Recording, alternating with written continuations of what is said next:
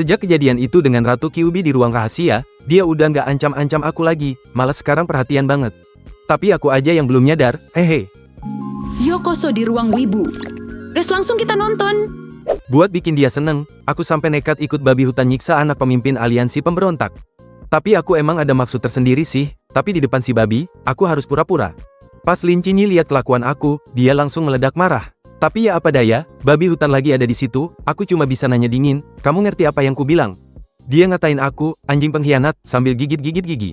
Aku pura-pura santai lanjutin, nah, kalau ngerti, berarti gampang. Lalu suruh si babi buka borgolnya. Tapi si babi hutan bilang, nih cewek, kultivasinya di tingkat Qian Kun, aku gak berani, aduh, dia masih muda tapi udah level segitu. Kalau gitu, jangan buka deh borgolnya. Nggak mau buang waktu, aku angkat 3 jari, 1. Posisiku di luar jangkauan ludahmu, jadi hemat tenaga aja ya, 2. Aku cuma pendeta keliling yang kebetulan diculik ke gunung tuh. 3. Sebenarnya, aku datang bantu kamu. Pas Lin Qinyi masih bengong, dua bayangan mistis tiba-tiba muncul di belakangku. Style banget kan? Aku senyum sok cool, ini cukup buat kamu dengerin aku kan? Dia langsung heboh, kamu bisa memanggil bayangan dewa? Jangan-jangan kamu murid dari salah satu langit dari 36 langit istana Senxiao? Kok bisa ada di gunung tuh? Aku bubarin bayangannya, tapi dalam hati mikir, dia bisa ngenali teknik memanggil dewa, bahkan tahu 36 langit, tapi aku cuma jawab, aku bukan bagian dari 36 langit. Sekarang giliran dia yang bingung, bukan anggota 36 langit, tapi bisa panggil bayangan dewa. Jangan-jangan kamu senior Jiang Jue, guru buyut sekte kami? Dia lanjut, ayahku adalah Pangeran Qimingtian, Lin Yusan. Tolong selamatkan kami, guru buyut. Begitu dengar Qimingtian, aku langsung teringat Master Jiang, penguasa Mingtian. Dia ada hubungan apa dengan ayahmu? Dia adalah guru spiritual ayahku. Oh alah, ternyata anak orang penting. Aku tanya lagi, ayahmu udah berapa lama di negara siluman? Dia jawab, sejak aku lahir, tapi durasi pastinya cuma ayah yang tahu. Aku langsung ngegas, nggak mungkin. 5 tahun lalu aku hanya tinggal sebentar di istana Senxiao, mana mungkin Lin Yusan tahu aku. Lin Qinyi kasih penjelasan, beberapa waktu lalu, ada anggota sekte yang datangi aliansi pemberontak dan kasih kabar tentangmu. Nggak ngangka ketemu di sini, aku bingung mau cari topik apa lagi. Ya udah, kita ketemu berarti ada jodoh. Mau aku ramalin nasibmu? Lin Qinyi kaget, guru buyut bisa ramal juga. Dia langsung tulis 1 karakter di kertas. Pas aku pakai teknik meramal aku, sistem minta 1 juta poin takdir. Astaga, nasibnya selevel apa ini? Aku cuma bisa pisah ramalannya. Aku tanya, anggota yang bawa kabar itu kapan datangnya? Dia bilang, sekitar sebulan lalu. Aku fokusin ramalan ke 1 bulan terakhir, akhirnya cuma butuh 10.000 poin. Ternyata, seorang misterius bawa senjata pusaka dan pil ajaib ke aliansi, ketemu Lin Yusan, lalu semua orang disuruh cari senior Jiang Jue, yang ternyata, aku dijuluki guru buyut, karena statusku sebagai adik seperguruan ketua Senxiao. Sejak itu, Lin Yusan sering ketemu orang-orang aneh dan akhirnya nyerang markas siluman, sampai Lin Qinyi kalah dan ditawan. Melihat informasi ini, aku langsung tebak, markas kalian di Danau Matahari Bulan ya? Dia kaget setengah mati, guru buyut kok tahu? Aku sih emang jago, tapi aku malah balik tanya. Kalian berdua kan kuat, bisa kabur lewat sungai pasir emas. Kenapa tetap betah di negara siluman? Mukanya langsung muram. Rupanya, dia khawatir. Kalau dia kabur, bagaimana nasib sesama manusia yang terjebak di negeri siluman ini? Gile, cewek ini ternyata punya jiwa pahlawan. Aku geleng-geleng, kalau kalian tetap di sini, mana mungkin bisa bawa ratusan ribu manusia balik ke wilayah kita? Mau tinggal di sini seumur hidup? Lin Qinyi malah ngeliat aku penuh harapan. Sebenarnya bisa pulang, asal punya kapal besar. Aku nyengir, seberapa besar kapalnya? Kalian kan jutaan orang, lagian mayoritas nggak punya kultivasi, mana bisa nyebrang sungai pasir emas? Dia bersikeras, bukan lewat sungai, tapi lewat daratan es di utara, terus ikut arus laut ke wilayah manusia. Aku langsung bungkam, jangan naif dong. Belum soal bikin kapal segede itu, bahaya monster laut dan cuaca ekstrim aja udah bisa bunuh separuh orang. Lin Qinyi gigit bibir, masih lebih baik daripada terus ditindas siluman di sini. Aduh, nggak bisa deh debat sama idealis. Aku memilih nggak bocorin rencanaku dan langsung lapor ke Tusan Lan, dan tentu saja dengan versi yang udah disensor. Menurut info, ada siluman yang backingin aliansi pemberontak bersayap buat nyerang kita. Mereka pakai senjata milik istana Senxiao. Mungkin mau istana Senxiao jadi kambing hitam. Tusan Lan nyengir, katanya si misterius itu lagi nyari kamu. Kalau dia bisa masukin barang ke sini, berarti dia tahu jalan rahasia. Kamu bisa kabur tuh, aku langsung mode menjilat. Walaupun ada niat, kita belum tahu itu musuh atau teman. Lebih aman tetap di samping istriku, sambil ingat-ingat momen mesra di ruang rahasia kemarin. Istriku, masa nggak percaya aku? Hidupku cuma pengen ketemu tempat tinggal yang tenang. Apalagi ada yang cantik kayak istriku, Sang Ratu Kyuubi cuma cibir, mulutmu memang manis. Tapi dalam hati pasti dia senang bisa kabur. Dan aku pun sarankan biar aku yang urus Lin Qinyi, karena masih ada hal yang ingin aku cari tahu.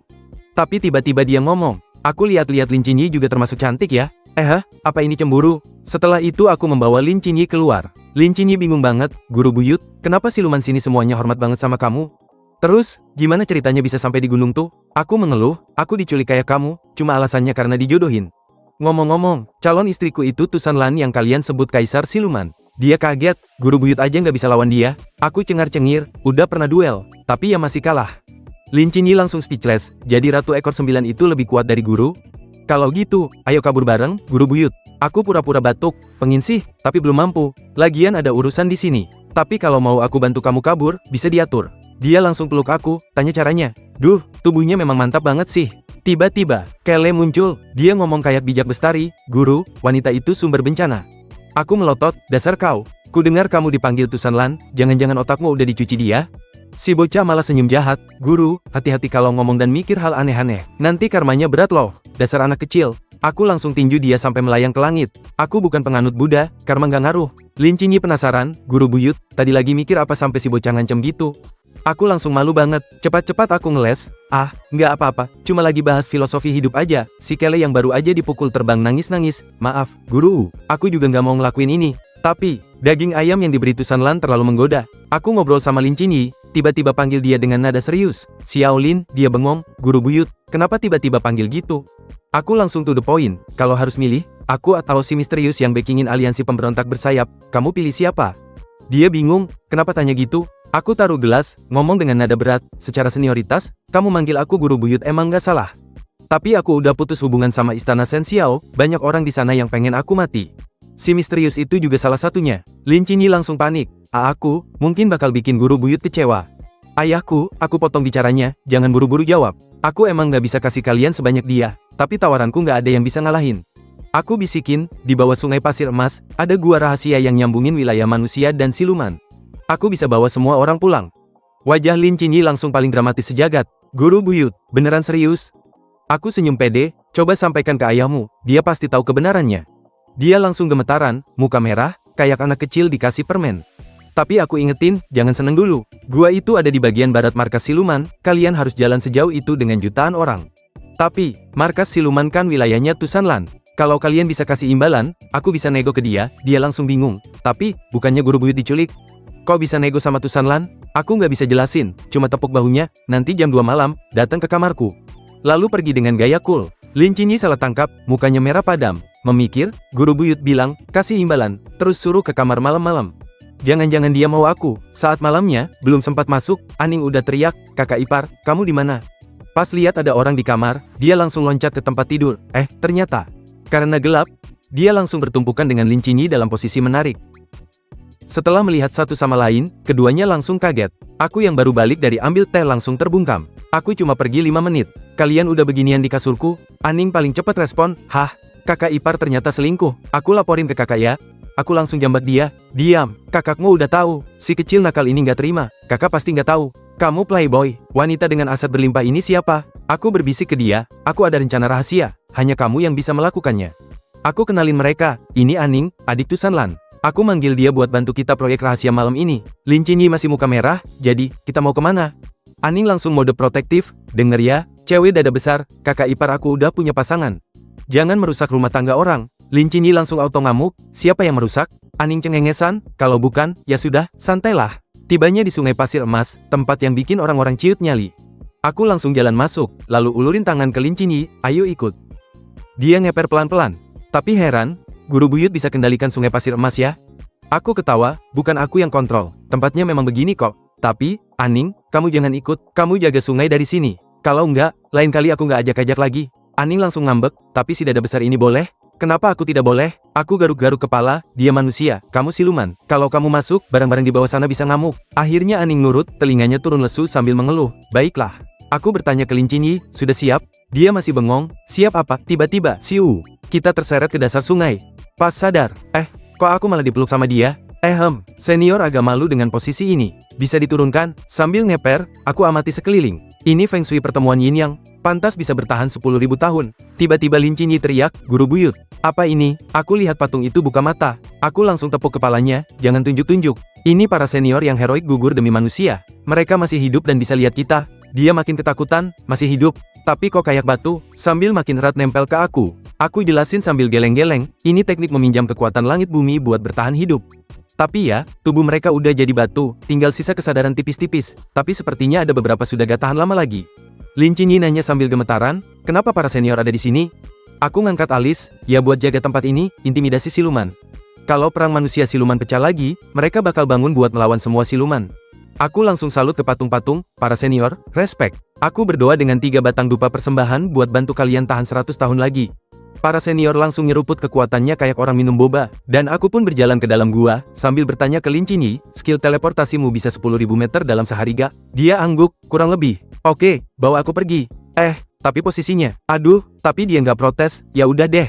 Aku baca mantra. 2 kita melayang seperti roket. Sementara itu, di istana gunung tuh, si Kyuubi lagi datang bulan kayaknya. Dia baru aja baca laporan rahasia dari Kele, termasuk kata-kata kotor yang aku pikirkan, Tusanlan itu, cewek gila. Wajahnya langsung hitam, tapi Kele ada bantu ngomong, guru gak selalu panggil nyonya begitu kok. Kadang guru juga panggil nyonya, cewek cerewet, dan ratu diktator. Tusanlan gemetaran berkata, Jiang Jue, berani banget kau. Kele cuma bisa berdoa sambil senyum, Amitabha. Semoga guru digebukin biar kapok. Setelah itu, Tusanlan mulai berpikir, apa dia sudah menemukan cara untuk menghadapi orang misterius itu? Tapi membiarkan aliansi kembali ke wilayah manusia tidak akan merugikan Gunung Tu. Bahkan, aku bisa memanfaatkan mereka untuk membersihkan pemberontak di klan-klan besar. Tapi kalau rencana dia adalah untuk membuka perdagangan manusia siluman, apa benar hanya demi uang? Atau, plak, dia menghantam meja, jangan-jangan dia diam-diam ingin membantu kaisar negeri Qin itu lagi? Jiang Jue, kau sudah mau jadi suamiku, tapi masih memikirkan selingkuhanmu. Saat itu juga, setelah pulang dari gua rahasia, aku langsung lapor ke Tusanlan, sayang. Aku mau izin untuk lepaskan Lin Qingyi. Niatnya udah siap mental buat debat, tapi Tusanlan cuma tatap aku dingin, angin sekitar langsung jadi sangat beku. Tiba-tiba, dia ngomong, oke. Aku kaget, loh, langsung setuju. Aku masih belum sempat ngomong alasan yang aku siapkan ketika Tusanlan menyuruhku untuk tutup mulut. Dia berdiri sambil membunyikan jarinya dengan ekspresi tak sabaran. Pernikahan kita tinggal 2 bulan lagi, ujarnya dengan nada dingin. Sebagai calon suamiku, kekuatanmu yang memalukan ini akan membuatku jadi bahan ejekan. Hari ini, aku sendiri yang akan melatihmu. Aku langsung mau tolak, tapi sebelum sempat menyelesaikan kalimat, serangan pertamanya sudah mendarat di mukaku. Beberapa jam kemudian, aku dibawa kembali ke kamar dalam keadaan terbungkus perban seperti mumi Mesir. Lin Qingyi yang melihat keadaanku langsung kaget. Guru buyut, apa ini masih Anda? Tanyanya dengan suara gemetar. Dengan susah payah aku menjawab, tenang, aku sudah berhasil membujuk Tusanlan. Dia setuju melepasmu. Lin Qingyi berpikir aku bertarung besar-besaran demi dia, dan bersumpah akan setia kepadaku selamanya. Tapi dalam hati aku hanya bisa berharap semoga dia tidak sia-siakan pengorbananku ini. Seiring berjalannya waktu, persiapan pernikahan semakin dekat. Undangan sudah disebar ke berbagai klan, dan rata-rata sudah merespon, tapi 4 klan besar, sama sekali tidak memberi tanggapan. Tusanlan yang mendengar ini hanya tersenyum dingin. Dia memerintahkan 4 raja siluman untuk mengunjungi klan-klan itu dengan membawa pesan khusus.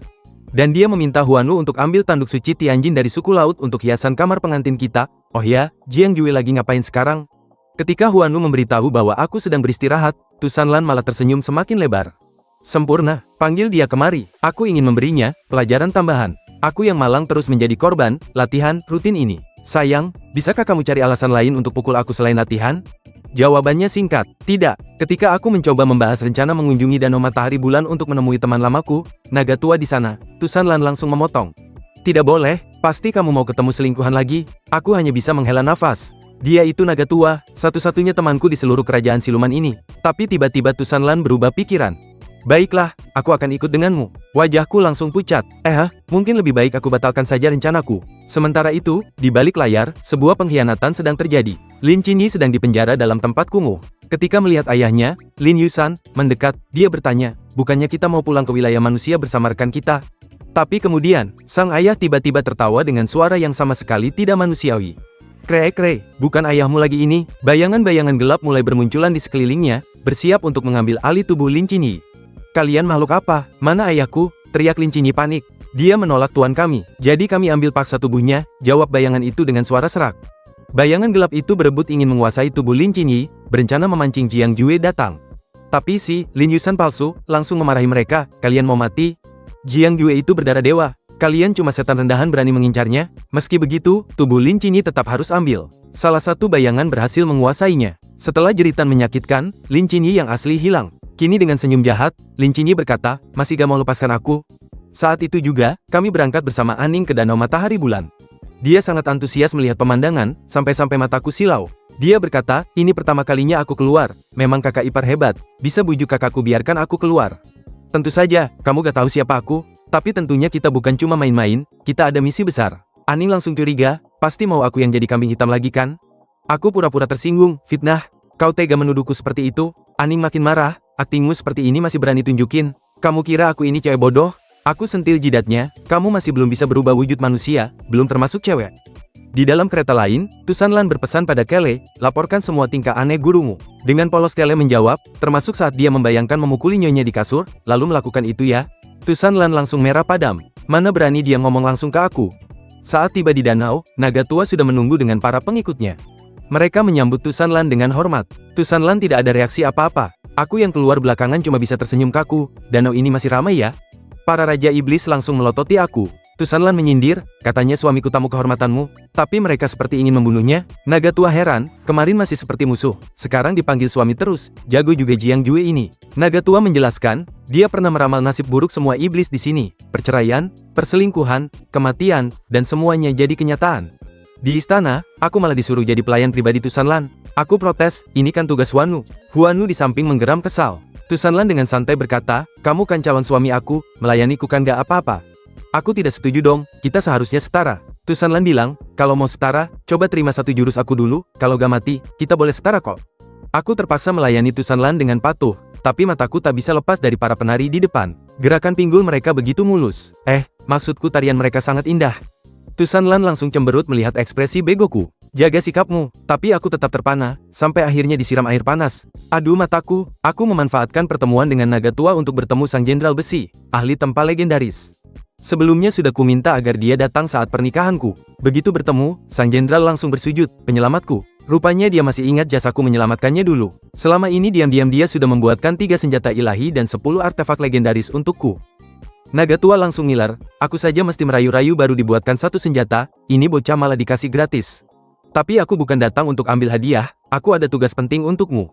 Aku mengeluarkan batu giok kecil, mereka sangat kaget aku ada barang ini. Aku jelaskan batu ini adalah peninggalan naga merah dari kerajaan Qin. Awalnya sebuah pedang, sekarang hanya tersisa sekeping ini. Barang ini tidak sembarang diberi ke orang lain, kamu gimana bisa ada? Aku pun malas jawab, dan langsung bertanya, bisa dibuatkan jadi senjata? Sang jenderal hanya bisa minta maaf, tidak mungkin katanya. Aku langsung kecewa, naga tua geleng-geleng, ini adalah pusaka nasional, harus dipulihkan dengan doa rakyat terlebih dahulu. Aku tersenyum licik, kebetulan di Qin ada patungku yang disembah rakyat, mohon bantuannya naga tua untuk masalah ini. Setelah pergulatan batin yang sengit, Lin Qinyi akhirnya takluk. Roh misterius itu berhasil menguasai tubuhnya untuk sementara. Ketika mengetahui hubungan antara Lin Qinyi dan Jiang Jue, roh itu menghina dengan nada merendahkan, kau pikir dia bisa menyelamatkanmu? Dia bahkan tak layak mengikat tali sepatu tuanku. Mendengar nama Jiang Jue disebut, jiwa Lin Qinyi yang terkurung langsung bergolak. Roh jahat itu pun tersenyum licik, rupanya gadis ini menyimpan perasaan untuk Jiang Jue. Tiba-tiba, seorang utusan datang membawa surat dari Danau Matahari Bulan. Setelah membaca isinya, Lin Yusan, yang sudah dirasuki dan Lin Qinyi mengetahui Jiang Jue akan segera mengunjungi aliansi mereka. Yang menarik, roh-roh jahat yang merasuki mereka ternyata memiliki hubungan ibu anak, terlihat dari cara Lin Qinyi memanggil Lin Yusan sebagai ibu. Target mereka tak lain adalah Jiang Jue sendiri. Kesempatan emas, bisik roh jahat dalam tubuh Lin Qinyi. Tanpa perlindungan Ratu Ekor 9, kita bisa menghajarnya sampai minta ampun. Namun, Lin Yusan menggeleng. Dia tahu betul kemampuan Jiang Jue yang tak bisa diukur hanya dengan level kultivasi. Apalagi sang tuan sedang tidak ada. Tapi kemudian Lin Qinyi membisikkan sebuah ide. Mendengar usulannya, Lin Yusan tersenyum puas. Sementara itu di Danau Matahari Bulan, dengan konsentrasi penuh, aku mulai proses penempaan batu giok misterius itu. Setelah mempersiapkan segalanya, kuaktifkan teknik memanggil dewa. Beberapa jimat mengambang mengitariku saat kukidungkan mantra. Dengan jalan suci Zi Xiao, mengembara ke istana dewa, bla bla bla. Sosok tinggi berpakaian zirah emas pun muncul. Tanganku menari-nari mengarahkan energi emas yang memancar, menempa batu giok itu tanpa henti. Perlahan tapi pasti, batu itu berubah bentuk menjadi sebilah pedang hijau yang memancarkan aura murni. Tiba-tiba, kilatan cahaya menyembur dari ujung pedang, menembus langit seperti tiang cahaya. Mantra pemanggil dewa tadi ikut melesat mengikuti cahaya itu. Naga tua tertegun melihat pemandangan tak biasa ini. Sepanjang hidupnya, ia belum pernah melihat ritual pemanggilan dewa yang dilakukan seenak jidat seperti ini. Ini mah bukan ritual pemanggilan dewa, tapi lebih kayak panggilan layanan darurat. Panggil, pakai, terus diusir begitu saja. Tiba-tiba, sang jenderal besi berseru gembira, senjata legendaris berhasil dibuat. Dengan gerakan percaya diri, aku mengulurkan tangan dan pedang giok itu langsung melayang ke genggamanku. Aku sangat puas dengan hasilnya. Aku penasaran bagaimana ekspresi Qin Xiao saat menerimanya nanti, batinku sambil membayangkan matanya yang pasti berkaca-kaca. Naga tua segera memberi selamat, selamat atas senjata barumu. Saat tiang cahaya itu menyembur ke angkasa, di kejauhan, dua telinga runcing Tusanlan yang imut bergerak-gerak menangkap getaran energiku.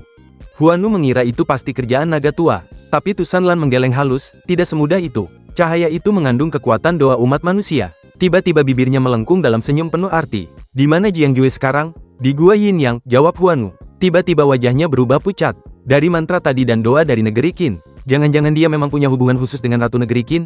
Tusanlan yang sepemikiran langsung memerintahkan, antarkan undangan pernikahan kita ke Ratu Negeri Qin. Huanu bingung, jangan-jangan nyonya cemburu, tapi bukannya nyonya tidak punya perasaan pada Tuan Jiang? Atau, ini strategi untuk ikut campur urusan manusia saat mereka sedang kacau? Semakin dipikir, semakin yakin bahwa ini adalah rencana besar nyonya. Padahal tebakan pertamanya yang benar. Hahaha saat ini juga, Tusanlan sedang cemberut seperti anak kecil. Dalam hati ia sudah menyusun daftar alasan untuk memukuli calon suaminya yang kurang ajar itu. Sementara itu, tanganku memegang undangan khusus dari Lin Qingyi. Siapa sangka murid generasi bawahanku yang terlihat alim ini ternyata punya sisi berapi-api. Naga tua yang penasaran nyeletuk, apa artinya, berapi-api, itu? Aku langsung tersedak ludah. Astaga, aku sampai lupa dia ada di sampingku. Untung saja dia tak melihat isi surat yang berisi kata-kata seperti, jantung ini tak kuasa menahan rindu. Malam-malam tak bisa tidur, kasur sudah kusiapkan bersih, kurang tulis ngetot saja, jangan-jangan dia memang naksir padaku. Cepat-cepat ku ubah topik dengan suara serius, aku harus mengunjungi aliansi pemberontak dalam beberapa hari ini. Dalam hati, siapa tahu ini kesempatan emas untuk berbahagia. Naga tua yang setia langsung menohok, tapi Tusanlan masih ada di sini. Kau mau kabur bagaimana? Sang Jenderal Besi ikut cemas, ini terlalu berisiko, Tuan. Biar hamba saja yang pergi sebagai pengganti. Anjir, hal kayak gini gimana gantiin? Aku langsung bilang, tidak perlu, sambil melambaikan tangan. Ini harus kulakukan sendiri. Dia pun mengeluarkan koleksi artefak langka dari bengkel kerjanya. Minimal bawa ini semua untuk perlindungan. Astaga, ini keterlaluan gak sih? Demi keselamatan Tuan disarang musuh, katanya dengan semangat. Mana tahu Tuan bisa-bisa saja dibunuh di sana. Aku berpikir dalam hati, dasar mulut bebek kau. Jangan mengutuk aku dong. Tenang saja, aku punya trik khusus untuk menghadapi aliansi pemberontak ini. Lagi pula markas mereka masih di wilayah Danau Matahari Bulan. Kalau ada masalah, aku bisa minta bantuan naga tua kapan saja. Tapi Sang Jenderal Besi berkata, Tuan, di tempat yang paling aman sekalipun, jika Tuan yang datang, pasti akan muncul masalah. Matanya memancarkan kekhawatiran yang dalam. Izinkan hamba menemani Tuan. Aku akhirnya menghela napas dan mengangguk. Keesokan harinya, subuh-subuh, Tusanlan sudah tiba di lapangan latihan dengan pakaian tempur baru. Bibirnya yang merah mereka dalam senyum manis. Aku hanya ingin menguji perlengkapan dari Sang Jenderal Besi, katanya dengan nada polos. Aku yang masih mengantuk langsung tersadar. Ini pasti ada udang di balik batu. Sebenarnya aku ingin menolak, tapi melihat semangatnya, akhirnya kuikuti saja. Di stand penonton, Kele dan Aning sudah duduk rapi dengan cemilan. Kakak ipar akan lebih menderita daripada aku waktu dihukum. Kele malah tenang-tenang saja. Tidak juga, aku yakin guru akan baik-baik saja. Ayo kita bertaruh, sahut Aning. Kakak ipar memang tahan banting, tapi kakakku lebih kejam. Sementara itu, aku berdiri gagah menghadap Tusanlan. Hati-hati ya, sayang, aku tidak akan mengalah. Tusanlan hanya tersenyum dan berniat maju duluan. Aku mengeluarkan senjata andalanku, kipas cakar kuno. Dengan gerakan anggun, kukibaskan kipas itu, melepaskan semburan energi berbentuk salib. Tusanlan dengan cepat menghilang dari pandangan. Swos, tiba-tiba dia sudah melayang di atasku, tinjunya mengarah tepat ke wajahku. Bam, aku terlempar seperti bola, menggelinding di tanah puluhan meter. Aduh, kenapa sekeras ini? Jangan-jangan dia tahu rencanaku dengan Lin Qingyi? Dengan gerakan cepat, aku mengeluarkan pil pemulihan dari lengan bajuku. Tapi sebelum sempat memakannya, Tusanlan sudah mencubit kedua pipiku dengan kuat, memaksaku memuntahkan pil itu. Huek, wajahnya menunjukkan senyum jahat yang membuat bulu kuduku merinding. Saat kupikir akan terjadi sesuatu yang menyenangkan, kenyataan justru sangat kejam. Piak, tamparannya yang keras membuatku terpelanting 2 meter. Tanpa ampun, dia terus memukuliku sampai aku tak bisa membuka mulut untuk menyerah. Aku terpaksa menyerah dengan mengeluarkan bendera putih dari lengan bajuku. Tusanlan sangat tidak puas. Kau pikir ini latihan main-main? Kultivasi sejati harus diraih dengan usaha sendiri, bukan mengandalkan benda-benda luar seperti ini. Aku buru-buru bangkit dan membungkuk hormat. Istriku benar sekali, meski babak belur, tak bisa kupungkiri betapa mempesonanya dia saat berdiri di hadapanku dengan aura perkasa. Sungguh, Ratu Ekor 9 memang luar biasa cantik. Tiba-tiba senyum liciknya muncul. Kalau dibandingkan dengan Ratu Negeri Qin itu, mana yang lebih cantik? Aku atau dia? Jantungku berdebar kencang, ini pertanyaan mematikan. Dengan cepat ku ubah strategi, benarkah Yang Mulia ingin tahu jawabannya? Seperti diduga, Tusanlan hanya menghela napas dan mengurungkan niatnya. Perempuan memang selalu rumit, keluhku dalam hati sambil mengusap dada. Tiba-tiba dia berubah topik. Aku harus pulang ke klan besok, ada urusan penting, dan akan kembali dalam 2 hari. Aku mencoba bersikap manis. Aku akan merindukanmu. Kalau begitu ikut aku pulang saja, godanya. Tidak, selamat jalan, pulang cepat ya, jawabku panik. Di pinggir lapangan, Aning yang penasaran bertanya pada Kele, bagaimana kau tahu kakak iparku tidak akan terluka? Kele tersenyum misterius. Rahasia tak boleh dibocorkan, padahal jelas-jelas dia menggunakan kemampuan membaca pikirannya. Tapi kalau dipikir-pikir, guru setiap hari membayangkan menaklukkan Nyonya, sementara Nyonya terus memata-matai guru. Bukankah ini yang disebut cinta? Besoknya aku sampai di kediaman aliansi pemberontak, sekelompok pria berotot awalnya menyambutnya dengan wajah sangar. Tapi tiba-tiba mereka berubah sikap, malah menyuruhnya masuk dengan hormat. Aneh banget, aku baru mau minum tehnya, Aning yang mengikut diam-diam langsung menepis cangkirnya. Teh ini aneh, jangan diminum, katanya. Aku menghela napas, tempat ini memang mencurigakan. Dan terlalu mudah bagiku masuk begitu saja. Tiba-tiba, suara familiar terdengar, Guru Buyut. Akhirnya Anda datang, aku sangat merindukanmu. Aku hanya diam, Cinyi kirain ada apa. Tapi lalu aku langsung berlari dan memeluknya, cucu tersayang, kemari, dipeluk Guru Buyut. Akibatnya, Cinyi langsung separuh nyawa melayang, rohnya hampir menguap kena sinar merit aku. Rupanya kekuatan suci aku bisa menghancurkan dia. Cinyi langsung melepaskan diri, maaf Guru Buyut. Aku hanya terlalu excited, dia masih trauma, takut dipeluk lagi. Cepat-cepat dia alihkan topik, Guru Buyut, ada hal penting yang harus kulaporkan. Aku masih bingung, hal penting, apa yang lebih penting dari reuni dengan cucu tercinta? Tapi tiba-tiba matanya menyipit, atau, kamu bukan cucu asliku? Cinyi sudah sekarat, Jiang Jue. Dasar mesum, dari mana dapat sinar merit sebanyak ini? Pasrah aku, harusnya aku yang mengancammu. Aku pura-pura tidak sadar, kamu kenapa? Sakit ya? Mau aku antar ke dokter? Cinyi langsung kabur kayak belut, takut kesentuh lagi. Guru Buyut, aku baik-baik saja. Kamu pasti lelah, minum teh dulu saja. Sambil ngasih teh beracun lagi, ternyata isinya 90% racun penghancur jiwa dicampur 10% Viagra cinta. Kalau sampai terminum, bisa-bisa aku jadi mayat hidup atau malah jadi boneka nafsu. Tadi kamu kan bilang tidak enak badan. Minum ini saja dulu. Aku menyodorkan cangkir itu pada Cinyi dengan senyum paling polos. Dia langsung menggeleng seperti kipas angin. Tidak usah, Guru Buyut. Ini kan khusus untukmu. Wajahnya sudah mulai berkeringat dingin. Baiklah kalau begitu, aku berpura-pura akan minum, dan matanya langsung melototi gerakanku seperti elang mengincar tikus. Ah, tehnya sudah dingin. Aku tidak suka yang dingin. Aku letakkan kembali cangkir itu dengan dramatis. Cinyi dalam hati, dasar lelaki tolol. Nanti aku tunjukkan siapa bosnya. Kemudian dia berkata, kalau tidak ada urusan lain, aku permisi dulu. Nenekku besok melahirkan anak kedua. Alasan yang bahkan tidak bisa dipercaya oleh anak TK. Aku menghentikannya, tunggu, bagaimana dengan tugas yang aku berikan? Dia langsung menjawab, oh, pertemuan dengan ayahku. Sudah diatur, ikut saja bersamaku. Kami berjalan ke sebuah gua gelap. Aku tak lupa bercanda, wah, ternyata ayahmu tinggal di gua. Hidupnya pasti sangat tenang ya. Cinyi tidak ngerti maksud dari kata-kata itu dan tiba-tiba memberi kode pada dua anak buahnya. Asalkan terkena paku ini, tidak akan bisa lari lagi. Dua orang itu langsung menyerangku dengan paku penghancur jiwa. Dan Cinyi juga bersiap untuk membantu. Cinyi mengeluarkan paku yang sama dari tangannya, Jiang Jue. Hari ini kamu tidak akan bisa lari. Tapi detik berikutnya, Cinyi langsung terbelalak melihat Ziraku yang bahkan tidak tergores oleh serangan mematikan kedua anak buahnya. Apa ini? Seumur hidupku belum pernah melihat Zira sehebat ini, ujarnya dengan nada tak percaya. Merasa rencananya mulai berantakan, Cinyi tiba-tiba berubah haluan. Dengan gerakan cepat, dia malah menikam kedua anak buahnya sendiri. Dua orang malang itu sampai mati pun masih bingung siapa yang mengkhianati mereka. Lalu tiba-tiba berubah menjadi pura-pura khawatir. Guru Buyut, apakah kau baik-baik saja? Hampir terlambat aku, katanya sambil berpura-pura memeriksa kondisiku. Tapi matanya terus memandangi Ziraku dengan penuh ketamakan. Dia berpikir, kalau langsung menyerahkan Jiang Jue kepada ibu, Zira ini pasti tidak jatuh ke tanganku. Akhirnya dia mengangkat diri sebagai pengawal pribadiku. Aku akan melindungi Guru Buyut dari dekat. Padahal jelas-jelas dia hanya ingin tetap dekat dengan Zira impiannya. Tapi aku sengaja pura-pura sakit kaki. Dengan nada menyebalkan, aku merengek, aku sudah tua. Kaki ini tidak kuat lagi berjalan. Cucu, gendong aku dong, wajah Cinyi langsung menghitam. Jiang Jue, kau benar-benar, gumamnya geram. Tapi karena masih butuh aku, dia terpaksa menuruti kemauanku. Dengan menggigit jarinya, dia memanggil boneka darah untuk menggendongku. Tapi aku masih belum puas. Bisa ganti jadi rubah berekor 9 gak? Yang cantik dan berbulu itu loh, boneka ini terlalu jelek, rengekku sambil menyeringai. Cinyi sudah sangat muak, tanpa basa-basi lagi, dia menyuruh boneka itu lari membawaku seperti orang dikejar bom. Goyangannya bikin perut mual, di istana ibu setan, dia sedang menanti putrinya membawa Jiang Jue pulang.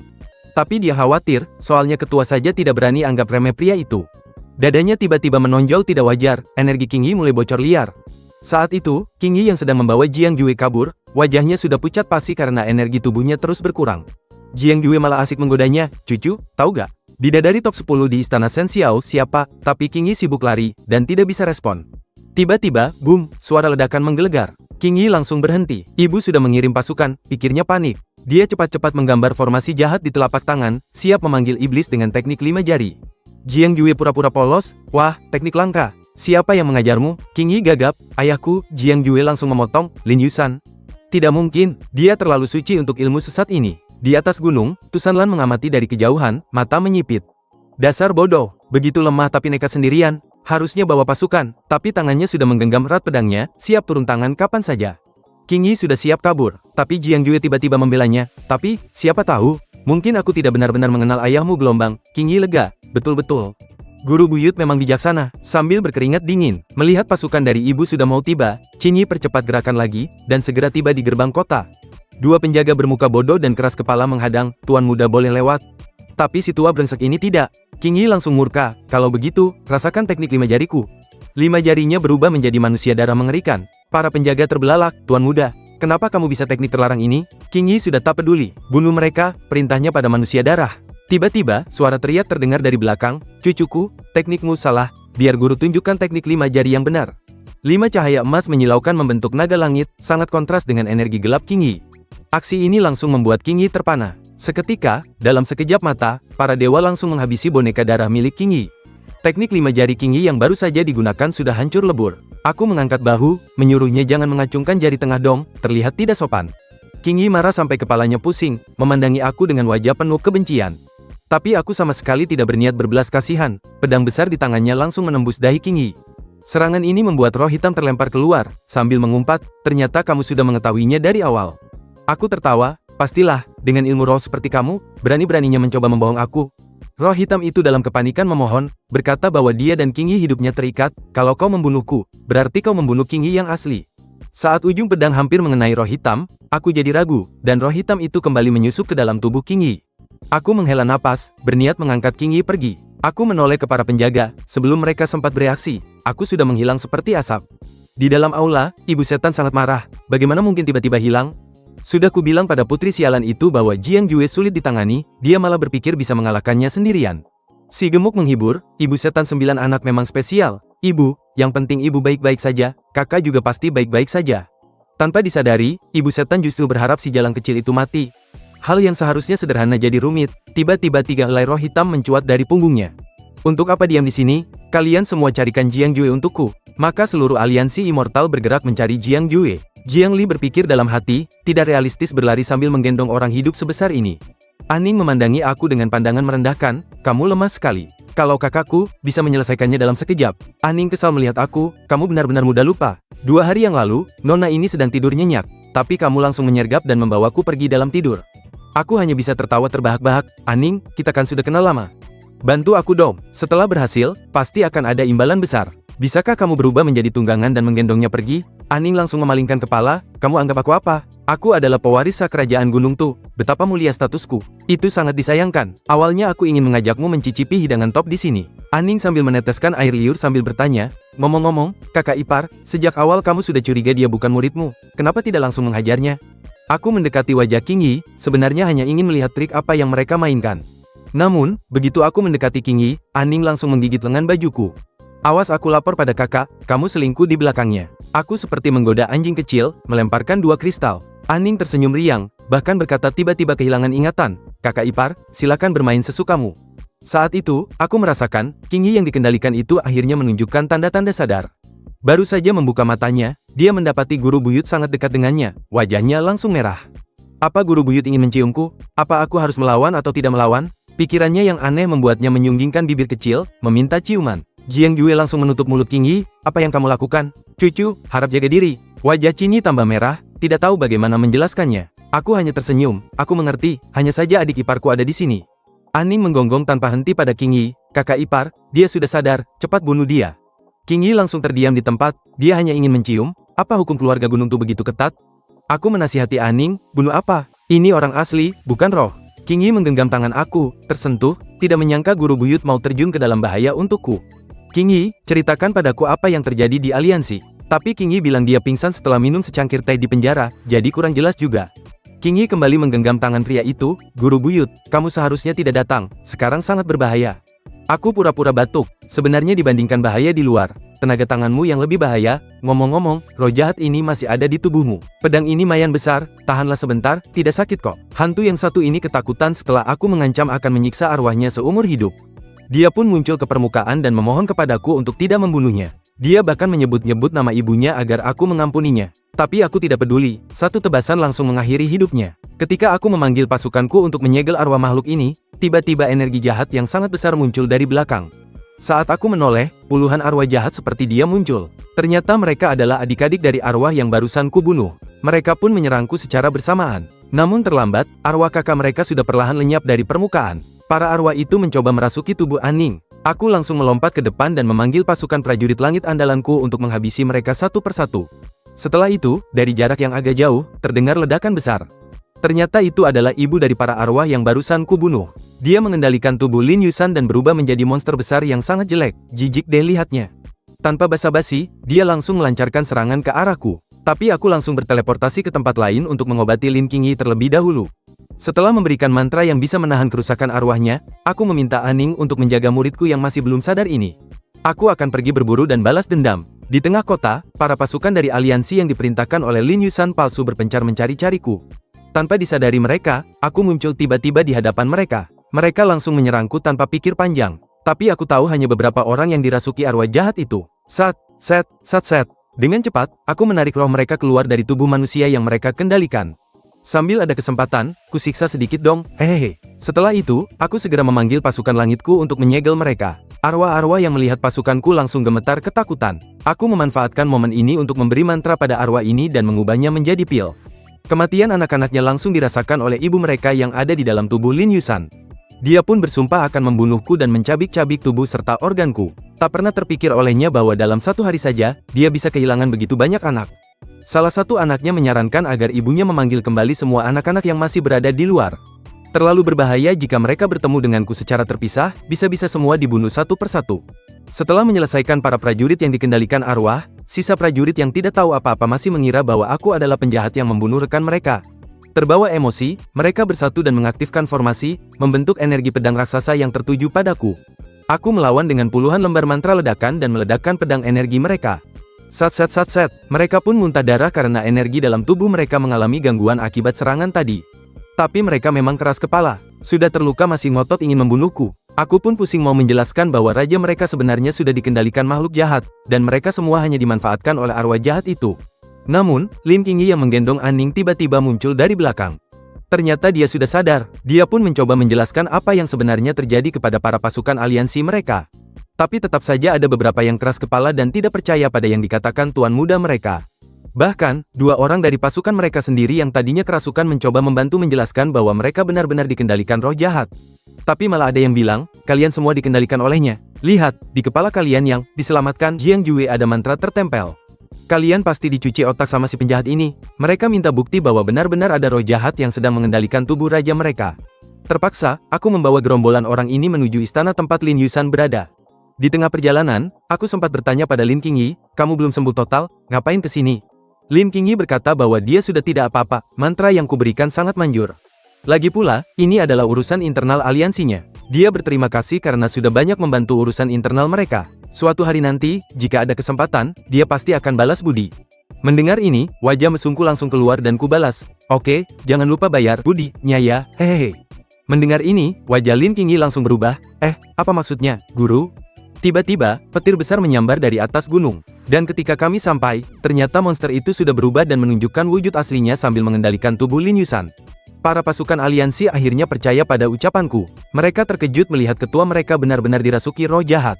Aku pun memerintahkan mereka untuk mundur. Lin Yusan memancarkan energi jahat yang sangat kuat. Tampaknya aku harus memanggil bantuan untuk kali ini. Aku mengaktifkan mantra untuk meminta bantuan dari surga, tetapi Lin Yusan tidak memberiku waktu. Dia segera mengeluarkan energi laser biru dari langit dan menembakkannya ke arah kami. Ketika aku sudah pasrah dengan nasib, muncullah energi merah dari belakang yang menghancurkan serangan Lin Yusan. Saat aku masih bingung siapa yang mampu menahan serangan sekuat itu, ternyata istriku yang cantik datang. Seketika, aku terkejut dan bingung. Kok istriku bisa tiba-tiba muncul di sini? Jelas-jelas jarak dari sini ke tempat asalnya sangat jauh. Jangan-jangan, dia mengikutiku dari belakang selama ini? Jujur, saat ini aku sempat terharu dengan kedatangan istriku ini. Tapi, sayangnya si tua brengsek ini tidak bisa lihat orang senang. Langsung teriak-teriak tidak jelas dan menyuruh arwah anak-anaknya untuk menyerang kami. Tu Sanlan langsung maju dengan tenang. Para arwah yang mendekatinya langsung berubah menjadi es. Tiba di hadapan monster ini, dia berkata, kamu ingin membunuh suamiku? Kamu berani menyentuhnya? Lain kali, sebelum ingin membunuh seseorang, cari tahu dulu siapa istrinya. Mendengar ini, Lin Yusan semakin mengamuk dan ingin menembakkan laser lagi. Tu Sanlan tidak memberinya kesempatan. Dia mengubah tubuh monster besar itu menjadi es secara perlahan dan bersiap melemparkan panah es ke arah monster itu. Sebagai suami, aku pun menawarkan bantuan. Segera kupanggil pasukanku untuk menyegel dan mencoba mengendalikan kekuatan monster ini. Ketika hampir berhasil, tiba-tiba energi hijau yang sangat besar muncul di sekeliling tubuh monster itu. Melihat ini, si monster sangat senang, ternyata itu adalah gurunya. Gurunya sudah turun tangan, pikirnya, dia pasti selamat. Seketika, tampak sosok roh hijau muncul di atas langit. Si monster pun melapor pada gurunya, "Guru, ini semua ulah Jiang Jue. Tolong aku, guru." Tapi siapa sangka, gurunya malah tersenyum tipis dan membentuk tangan raksasa untuk menangkap muridnya sendiri. Lalu, dia menghancurkan muridnya itu. Dia menatapku dingin dan berkata, "Jiang Jue, kamu memang beruntung. Dari dulu kamu selalu beruntung. Di era manusia, ada seniormu yang melindungimu. Di era dewa, ada dewa yang melindungimu. Bahkan sampai di area siluman ini, ada kaisar siluman yang melindungimu." Malas mendengar roh itu terlalu banyak bicara, istriku langsung melemparkan panah es ke arah roh ini. Tapi tidak ada serangan yang mengenainya, semua panah hanya menembusnya. Aku pun bertanya, "Siapa sebenarnya kamu? Kamu tahu berapa umurku? Kalau kenal aku, seharusnya jangan panggil nama, panggil senior, atau paman, setidaknya." Dasar anak muda tidak sopan. Dia berkata, "Jiang Jue, kamu tidak usah terlalu sombong. Kita lihat saja berapa lama kamu bisa bertahan. Kamu tidak tahu ada berapa banyak musuh yang ingin mengambil hidup abadimu. Hanya berharap pada Tu Sanlan? Hahaha, dia tidak akan mampu melindungimu." Mendengar ini, Tu Sanlan berpikir dalam hati, aku tidak bisa melindungi Jiang Jue. Sekuat apa musuhnya? Aku yang melihat wajah istriku yang tidak tenang mulai mencoba menenangkan hatinya dengan gombalan mautku. Perlahan, roh itu pun menghilang dari langit. Dan wajah istriku berubah. Dia mempertanyakan kenapa aku pergi sendiri tanpa izin darinya. Aku yang pintar mengelak langsung mengalihkan pembicaraan. "Oh, aku hanya jalan-jalan ke sini, hehehe. Kalau yang mulia, kenapa bisa muncul di Gunung Dongya ini?" Tu Sanlan pun menjawab dengan santai, "Oh, begitu. Sama dong, aku juga jalan-jalan." Mendengar jawabannya, aku lumayan senang karena dalam hati aku tahu, dia sebenarnya khawatir padaku yang datang ke sini sendiri, dan diam-diam melindungiku dari belakang. Kami pun kembali bersama-sama. Hubungan mereka yang semakin lama semakin dekat. Apakah mulai dari sekarang mereka benar-benar akan jatuh cinta dan kisah romansa itu mulai bersemi? Lalu, apa yang akan terjadi pada Jiang Jue setelah semua kejadian ini? Apakah masa lalu Jiang Jue yang misterius akhirnya mulai terungkap, dan adakah kaitannya dengan nasibnya di masa depan? Jangan lupa like, subscribe dan bantu hype video ini di kolom komentar ya. Sampai jumpa di video selanjutnya.